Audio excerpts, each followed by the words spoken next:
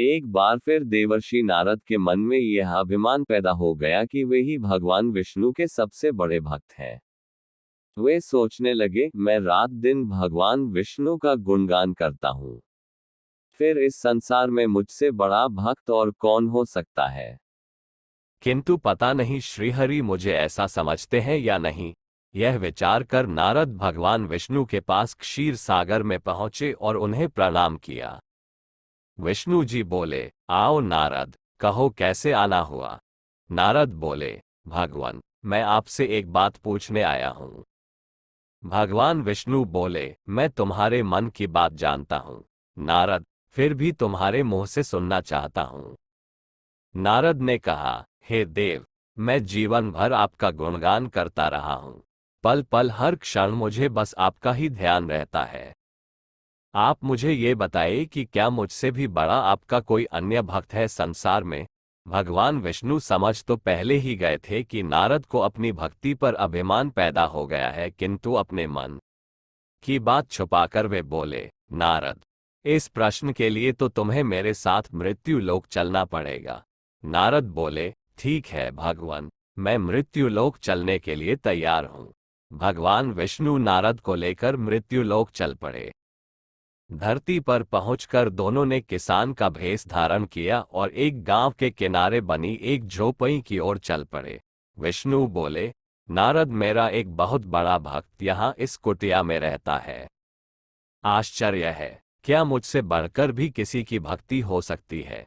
नारद के मुख से निकला, क्या वह भी मेरी तरह आपका ध्यान लगाए रहता है। आओ, स्वयं ही जान लोगे, विष्णु ने कहा और उस कुटिया की ओर बढ़ गए। किसान उस समय कुटिया के बाहर अपनी गाय को बांध रहा था। उसके मुख से हरि हरि गोविंद का स्वर निकल रहा था। किसान भेषधारी विष्णु ने उसके निकट जाकर नारायण नारायण कहा तो किसान ने विनीत स्वर में पूछा, आप कहाँ से आए हैं भद्र, मेरे लिए कोई सेवा हो तो निसंकोच बताइए। किसान वेशधारी भगवान विष्णु ने कहा, हम नगर जा रहे हैं, पर अंधेरा घिरने लगा है। वन में जंगली पशुओं का डर है, इसलिए रात भर आश्रय चाहते हैं। किसान ने प्रसन्न भाव से कहा, मेरी कुटिया में आपका स्वागत है भद्र, और जो रखा सूखा घर में है आपके लिए हाजिर है। भगवान ने मुझे आप लोगों की सेवा करने का अवसर दिया है, बड़ी कृपा हुई उनकी। बाहर दालान ने एक खटिया पर दोनों को बिठाकर किसान अंदर गया और अपनी पत्नी से कहा, देवी, दो अतिथि आए हैं। किसान की पत्नी उस समय अपने बच्चों को भोजन परोस रही थी। धीरे से आटे का बर्तन दिखती हुई बोली, घर में इतना सा ही आटा है और ये बच्चे और भोजन मांग रहे हैं। किसान बोला, कोई बात नहीं, हम अतिथियों को भरपेट भोजन कराएंगे, तुम बच्चों को आज कांजी बनाकर पिला देना। नारद और भगवान विष्णु ने उन दोनों का सारा वार्तालाप सुना, फिर भी परीक्षा के लिए भोजन की थाली पर बैठ गए। जब दोनों भरपेट भोजन कर चुके तो नारद सोचने लगे, ये सीधा साधा गृहस्थ भगवान का सबसे बड़ा भक्त कैसे हो सकता है। उधर श्रीहरि ने किसान से और भोजन लाने की फरमाइश कर दी। बोले, मेरा पेट अभी नहीं भरा, क्या और भोजन मिलेगा। किसान रसोई घर में गया और जाकर पत्नी से पूछा, कुछ और भोजन बचा है क्या। पत्नी बोली, बच्चों के लिए कांजी बनाई है, बस वही शेष है। विष्णु और नारद वह भी पी गए। किसान और उसके परिवार को भूखे ही सोना पड़ा। भूखे बच्चे माँ का आंचल थाम कह उठे, माँ, नींद नहीं आ रही है, मुझे बड़े जोर की भूख लगी है, पिताजी ने उन अतिथियों को कांजी भी क्यों पिला दी। किसान ने बच्चे के सर पर हाथ फेरते हुए कहा, अतिथि को भोजन कराना स्वयं विष्णु भगवान को भोग लगाने के समान है बेटा। बाहर दालान में दोनों अतिथि अलग अलग बिस्तरों पर लेटे हुए थे। भगवान विष्णु ने कहा, तुमने सुना नारद, किसान और उसके परिवार को भोजन नहीं मिला, फिर भी वह मेरे गुण गाए रहे हैं। ये तो कुछ भी नहीं है, मैंने तो कई कई दिनों तक भूखे रहकर आपका स्मरण किया है। अगले दिन सुबह उन्होंने देखा किसान भगवान विष्णु की मूर्ति के सामने कह रहा था, गोविंद हरि हरि, तुम सदा मेरे मन में बसे रहो, बस मुझे कुछ और नहीं चाहिए। फिर दोनों अतिथियों से बोला, हरि की बड़ी कृपा है, वही जग का रखवाला है, प्रभु की दया से रात को कोई कष्ट तो नहीं हुआ। जब तक आपका जी चाहे तब तक आप दोनों यहाँ रहे, मैं खेत पर जा रहा हूँ। किसान भेषधारी श्री हरि बोले, हम भी तुम्हारे साथ चलेंगे यदि तुम्हें कोई आपत्ति न हो तो। नारद और विष्णु भगवान किसान के साथ उसके खेत पर गए।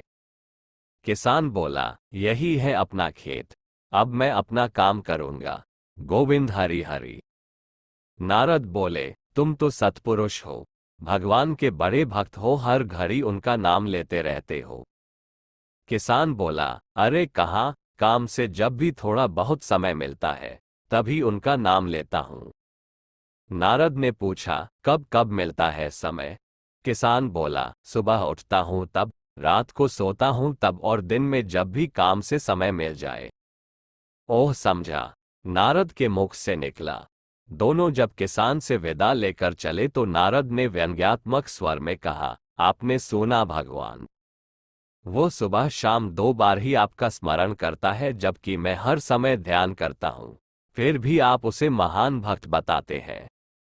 नारद की बात सुनकर श्रीहरि चुप रहे, किंतु मन ही मन उन्होंने कहा, कारण भी जान जाओगे नारद।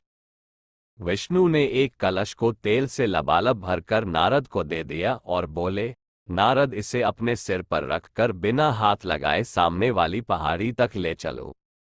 ध्यान रहे इस कलश में रखे तेल की एक बूंद भी जमीन पर गिरने न पाए।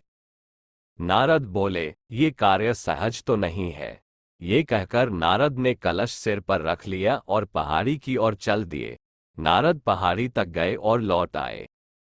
विष्णु बोले, लौट आए नारद, ठीक है, अब ये बताओ कि इतनी दूर जाने और आने में तुमने कितनी बार मेरा स्मरण किया है?